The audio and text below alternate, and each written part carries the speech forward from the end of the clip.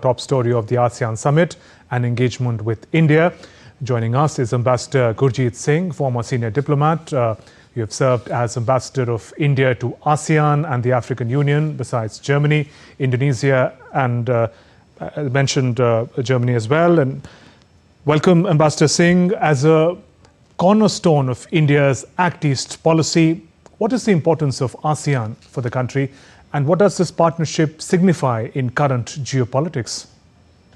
Thank you for having me. I have also been ambassador to Timor-Leste.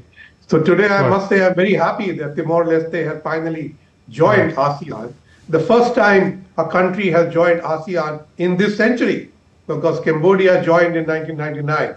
So that is indeed a happy day. ASEAN is, as Prime Minister said today, the cornerstone of the Act East policy.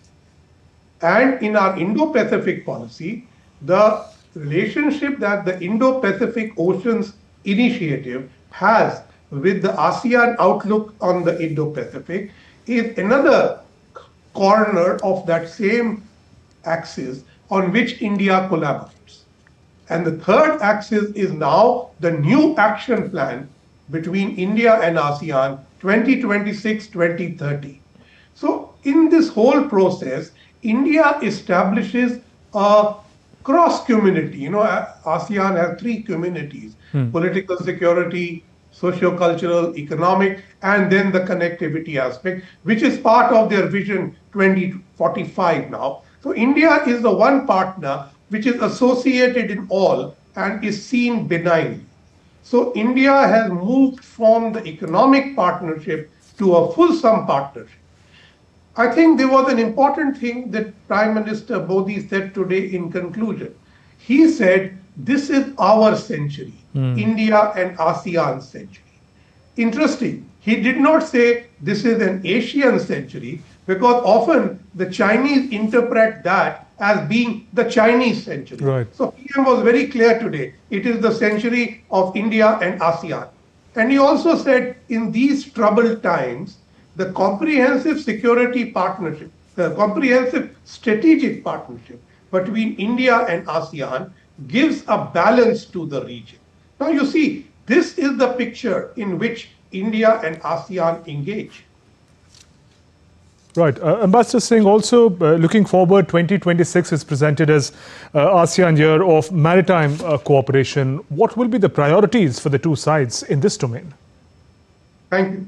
So the AOIP-IPOI MOU signed in 2021 has delineated certain areas of cooperation which emanate from the ASEAN outlook in the Indo-Pacific and are largely functional and maritime oriented.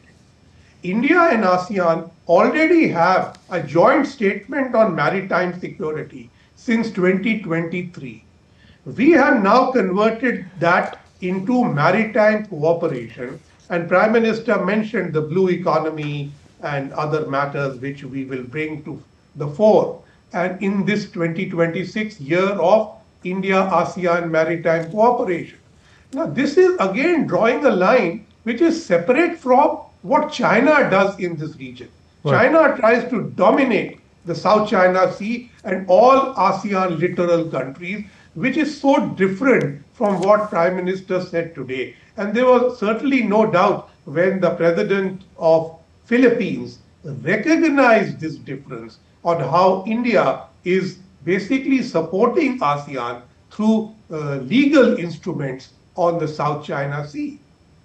Right. Ambassador Singh, what kind of crossroads would you say is ASEAN standing together as this sort of seeks to navigate through various internal security and economic challenges? At the same time, there are these external pressures as well. If we talk in the context of US, you mentioned China, US-China competition. So from the time ASEAN was created in 1967 to 2025, the world has totally changed. The matrix in which ASEAN was invented doesn't exist anymore. We are moving towards a bipolarity and trying hard for India and ASEAN, for instance, to retain a multipolarity. So therefore, what China and United States give ASEAN are difficult choices.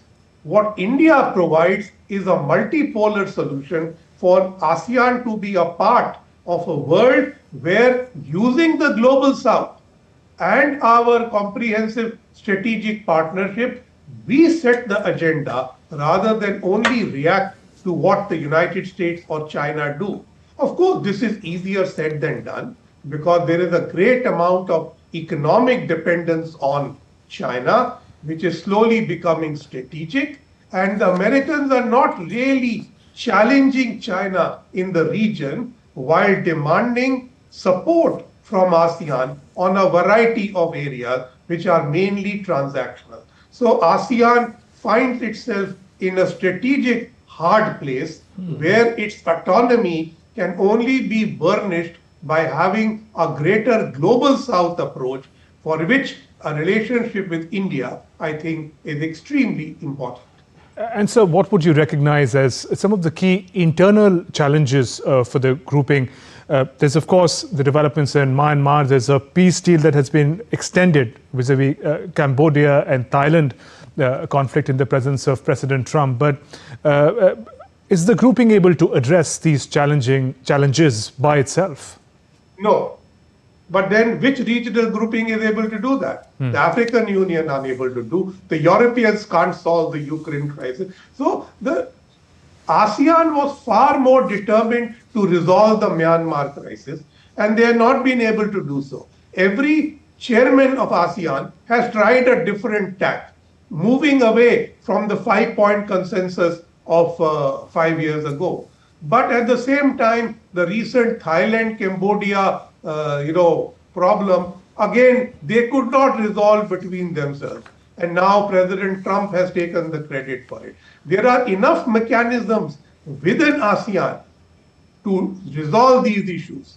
In the past, the pre-Vihar problem between Cambodia and Thailand was resolved by ASEAN foreign ministers. But somehow today, ASEAN internally seems much weaker, and therefore truly their centrality and their unity are both being called in question.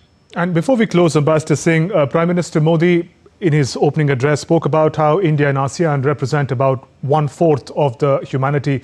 Now, such a large grouping commits to sustainable development. There's also reference to tourism in particular and people-to-people exchanges. It has significant bearing for the world, particularly the global south. Indeed, I think the people-to-people and socio-cultural connect is some of the highlights of India-ASEAN partnership. And PM started by saying that we have a civilizational connect, which is much more than being, geographical partners. And this, last year was the India-ASEAN year of tourism. And this year, there has been an India-ASEAN joint statement on sustainable tourism. So I think where people-to-people relations are concerned, we are taking steady steps. PM mentioned education. So now there is a ASEAN-India Universities Network.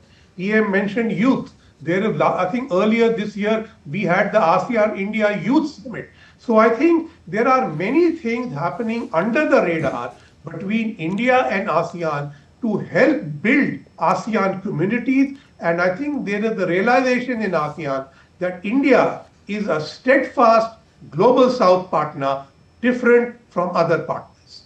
On that note, Ambassador Gurjeet Singh, appreciate you joining us on the News Hour and sharing your perspective. Thank you.